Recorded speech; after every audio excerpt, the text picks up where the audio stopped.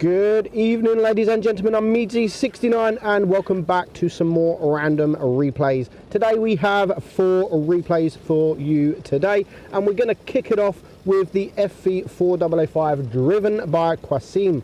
Now, to start off with, I do apologise. It's quite late in the evening for me. I've been meaning to make this all day, but I don't know if you can hear it outside.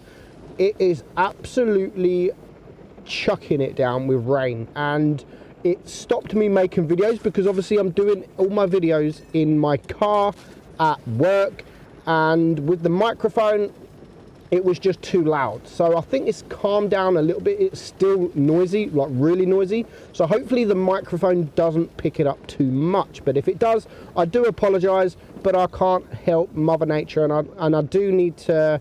I really wanted to get some footage up because I'm off work for the next 4 days, which means I won't be doing any replays for the next 4 days. So Qasim FV4005, great tank with the consumables, of course, which he is running. He's running that speed boost, and he is running the extra in between each reload, the whatever it's called, the adrenaline thingy, and he's on Himmelsdorf. Now, it's not the best map for a TD, but this TD is not a kind of campy TD.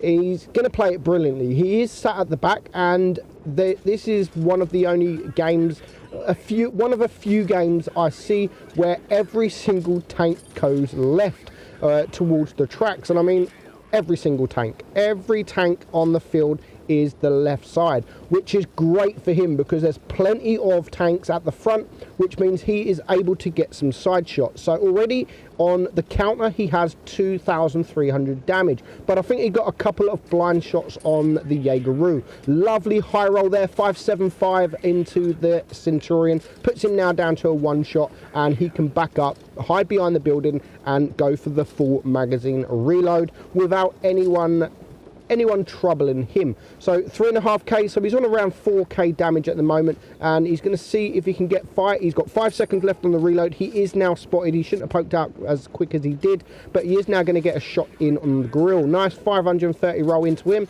and now again another nice high roll into the FV215B, and again he's going to back up. 5,600 damage is on now, and he's going to back up behind this building and again go for the full reload. Now it is 4 against 4. Risky there, didn't need to do that. He could have just waited until he was reloaded, and he did take a nasty shot from the grill. Very nasty shot, because now he is a 1 shot to almost any tank on the field, even though they are low hit points. If that FV215B shoots Hesh at him, it can almost kill him. Poor Object 268 there, F off. He didn't like dying, but he is spotted again. At the moment he doesn't want to poke out, where if he wouldn't have took that shot earlier against the grill, he could have potentially poke out and yes, take a shot against the grill from the grill, but he could have taken the grill out in return. So he's going to see if he can get shots off on the Jaeger. He cannot get the shot off. He can't quite get the shot off on the KPF, and again he is spotted. Now he has to really be careful off that FV215B. He can now finally get the KPF, who has backed up. Now the grill has started to come forward. Now he knows at least the grill is spotted, so he knows exactly where the grill, well, he was spotted. Again, plays a very, very risky move there, and it pays off. The grill misses his shot. He can now poke out and get the final kill from the final shot off on the grill, and it pushes him now up to just over 6,000 damage with 2 tanks left. Now again, he's poking forward. FV215B shoots whoever was behind. He can now get close. He's on the reload. The FV's not looking, which now allows him to get 1 shot, 2 shots, and before the FV can look, he can get the 3rd shot, putting his damage now up to 7,380. I think it's actually a little bit more than that. I think you have to add about 400, because there was 1 shot that didn't count, and it is just the Jaeger left. The Jaeger is a 1 shot, but of course he is a 1 shot as well. So he's just going to wait for his teammate. His teammate can take a shot, so he's just going to wait. He is now going to get spotted, so he can't even poke out against this Jaegeru, because the Jaegeru is looking, and he's just going to use his camera just to look where the Jaegeru is looking, and as soon as he looks away, he can poke forward, but unfortunately misses the shot, and he is spotted, and now he has to back up and wait a little bit longer. But now the E75 is pushing forward, he has taken a shot, so now is his opportunity to use that speed boost and get close to the Jaegeru. The Jaegeru is on a reload. He is, however, going to take out the E75, but that's great because now we know he's on a 15 or so second reload, and that gives us plenty of time to get behind and get the shot off for his 6th and final kill. Well played, Qasim. 7,876 damage, and he even gets the sniper medal on that map. That's some achievement, to be honest. His team, other than his teammate, didn't even hit over 1,000 damage. Next up, we have Michael in the T-34 to the Chinese Tier 8 medium tank, the Tech Tree. Obviously, there is a premium version of this, the T-34-3, but he is playing the Tech Tree version, which is okay. I mean, it's not the best tank in the game, but it's pretty strong. It's got a very, very strong turret, and straight away he gets a 560 bounce. Unfortunately, doesn't bounce that shot from behind, but the T-49 is now in all sorts of trouble, and that's a really good tank to get rid of, because if he comes behind you, then he's going to take a nasty chunk off from his hit points. So he needs to be careful of that Foch that is round the corner, but at the moment he's just getting some free damage. Of course, he's going to go for the T-49. He can clear him, and that is now one tank down. So he's now going to get some shots in on the Centurion, so he's in a good position. He's not being challenged other than that first shot.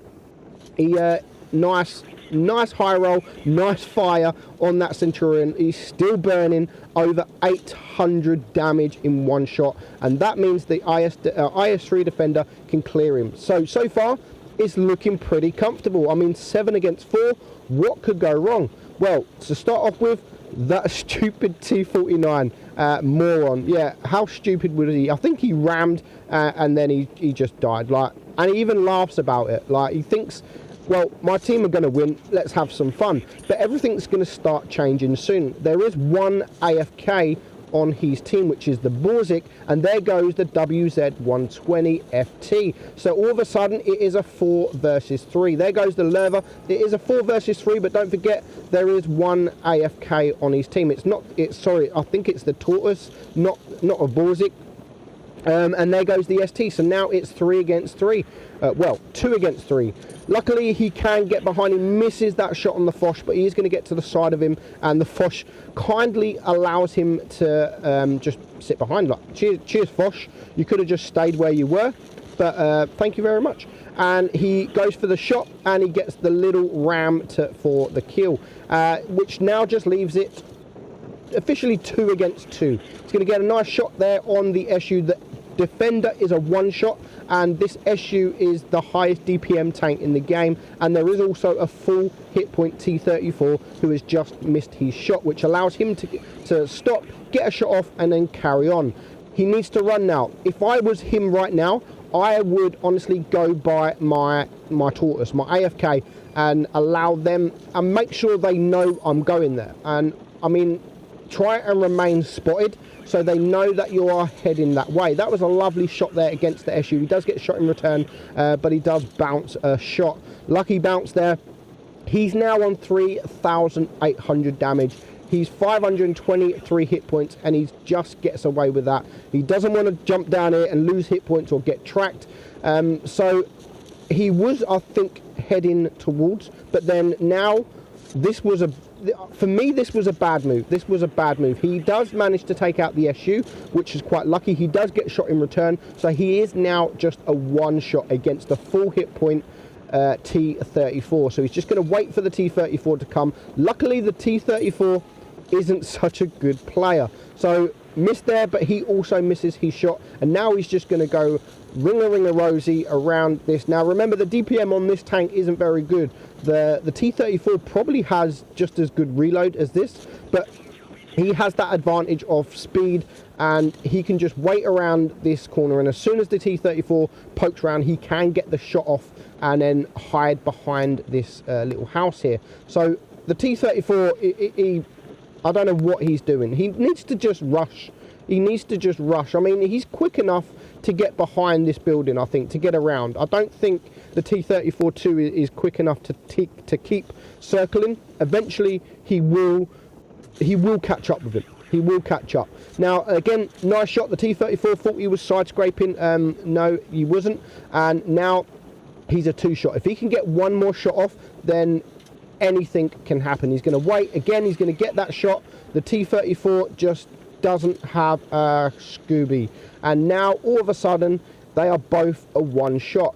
He doesn't need to die. If he dies now, then it is going to be such a shame, because a noob player in a T-34 is then going to have a full hit point tortoise to deal with. But that's even if he can find him. He probably doesn't even know where the tortoise is. So it will be an easy win for the T-34, but he luckily bounces. What a nice bounce that was. Lucky, I do admit, but nevertheless, you need a bit of luck in the game. 5,700 damage. He gets the ace, top gun, high caliber, 1,582 base XP. Very, very nice game, Michael, and thank you for sending me that replay in. Moving on to the next replay, we have the T23E3. Don't know why I've done that transition there, and it is driven by Please Be Patient. Please Be Patient, and he's on Black Goldville. He is top tier. Now, I like this tank. I really do like this tank, but it's not a tank for everyone's. Not everyone likes this tank, but for me, it's kind of like a premium. It's like a premium Comet, and a lot of people like the Comet. The rate of fire and the DPM on this thing is incredible, and that's why I love the tank, because the reload is so small. I mean, 3.4 seconds, and that will drop down to about 3 seconds with adrenaline. And it's a peekaboo tank. You poke up, get a shot, back up, and then you can just keep poking. Try and bait those shots. And I like the tank. I really do like the tank. But it's got no armor. It has literally 0 armor. So you do need to be careful. And you can bounce on the turret. I mean, it's not likely you're going to bounce, but you can. You can bounce. If you're lucky enough, you can bounce on the turret. And Please Be Patient is going to play it brilliantly. He is holding this ridgeline, and he is doing the pokey outy kind of game, where he just pokes out, get a shot, and pokes back in again. So that is now 1 tank down for the enemy team. He's only on 800 hit points at the 957 damage at the moment, but he is now getting some nice shots in on that VK, and just what he's doing is exactly how you need to play this tank. Take a shot and back up. Always back up. Unless obviously you're not being challenged at all, then yeah, fine, you can stay out and just perma-track anyone that comes your way. Perma-tracking in this tank is absolutely brilliantly because of that.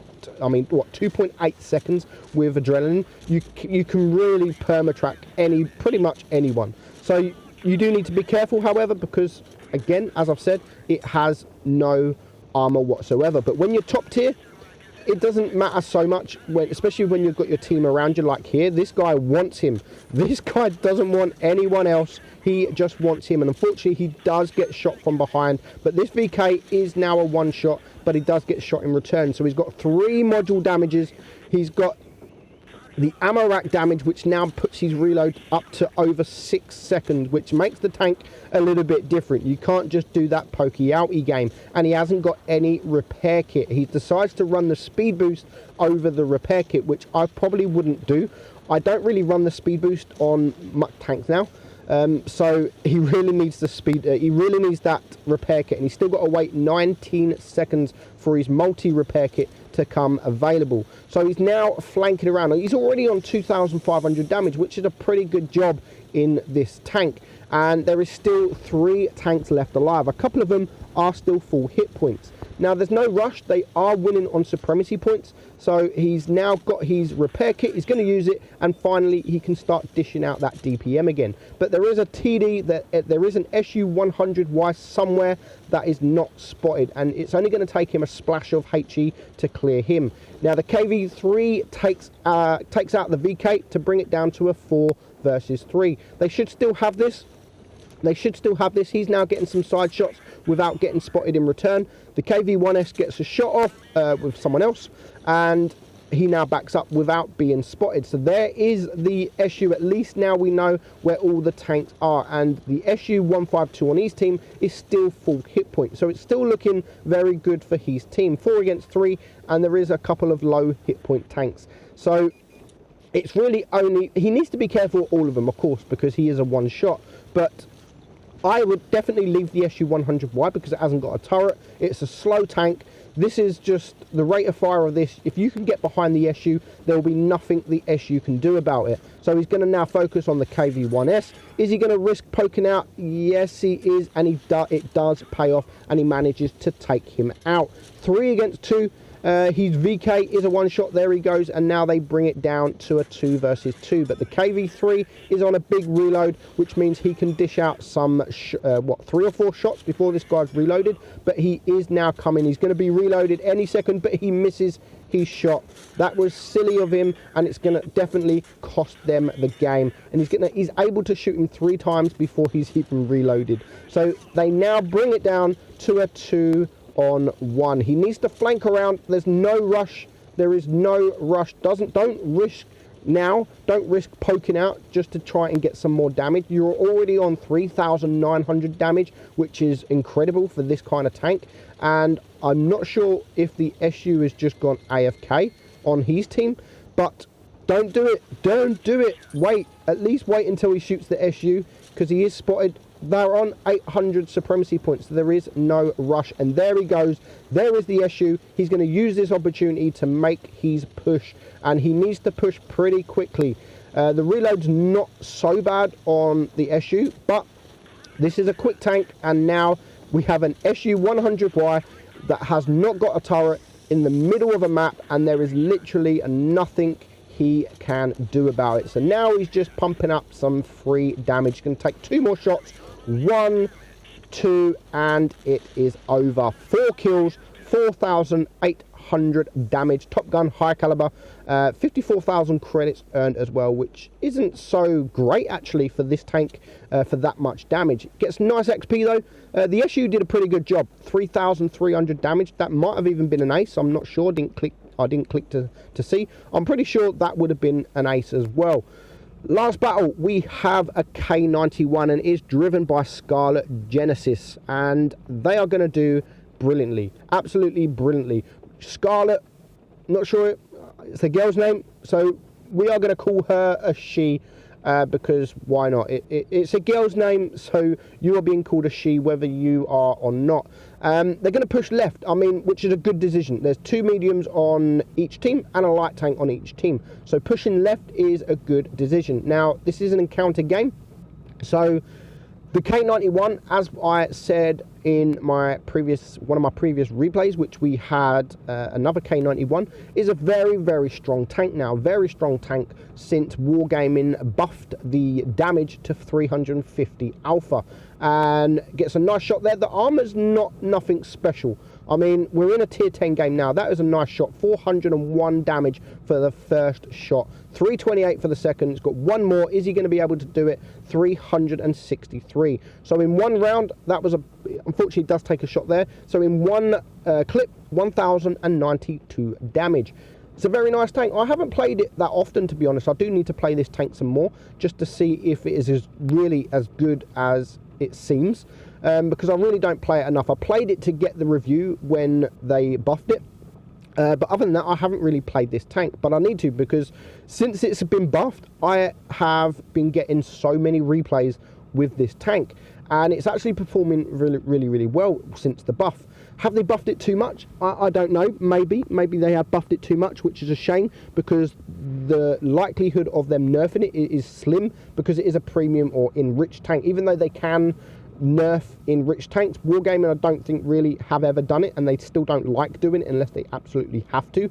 But I don't think they'll nerf it. I don't think it performs like really outrageously for them to warrant a nerf. So far Scarlet they've lost a little bit of hit points. They are 2 tanks down, so now she needs to start saving the hit points. They need to start clearing the tank, and thanks back chat. Well, why do people do this? Like, you are one shot. What are you gonna get for YOLOing like that? Like, I don't understand some people. Like, even if you're 40%, surely in your head you would think like, this is a bad idea. Like, I really don't understand some people in this game. I really don't. So bad decision there, poking out. Bad decision. She should have waited for her platoon mate to come out. However, this is a good decision in taking out the 121B. Very good decision in ignoring the KPF and taking that guy out. And now all of a sudden 4,200 damage. It is 3 against 4, but they are only on 574 hit points. Not a lot. It's only going to take, what, 1 shot each? Well, 1 shot from the last 2 remaining. Gets a nice bounce just when you need it.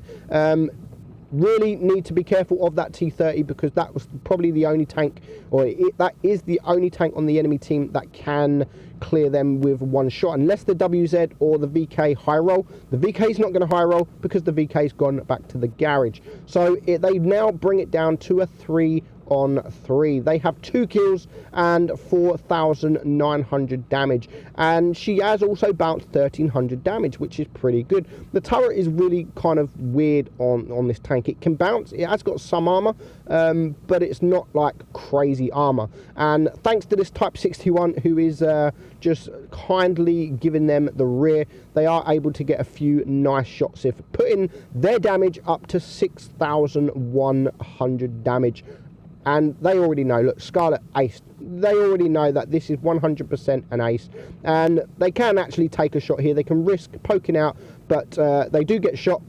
And now it's just going to take 1 more shot, unless they really low roll, to take out the WZ for the 3rd kill, leaving just the Type 61. And it was a shame. This is a shame, because it's now 2 against 1. The Leopard is going to get some damage, and that's a shame, because if the Leopard wouldn't have took any damage or taken any damage from the Type 61, then Scarlet would have finished with over 7,000 damage in a tier 9 tank, which is brilliant. But nevertheless, 6,800 damage in a tier 9 is brilliant. 4 kills as well, 57,000 credits earned, which is not bad at all. And what, 1,702 base XP, which is really good. So thank you guys for sending me those replays. There won't be some more replays, not until maybe a few days, 3 or 4 days. But keep the replays coming. I still get hundreds of replays. I'm Meadsy69, and I'll catch you all soon. Bye bye.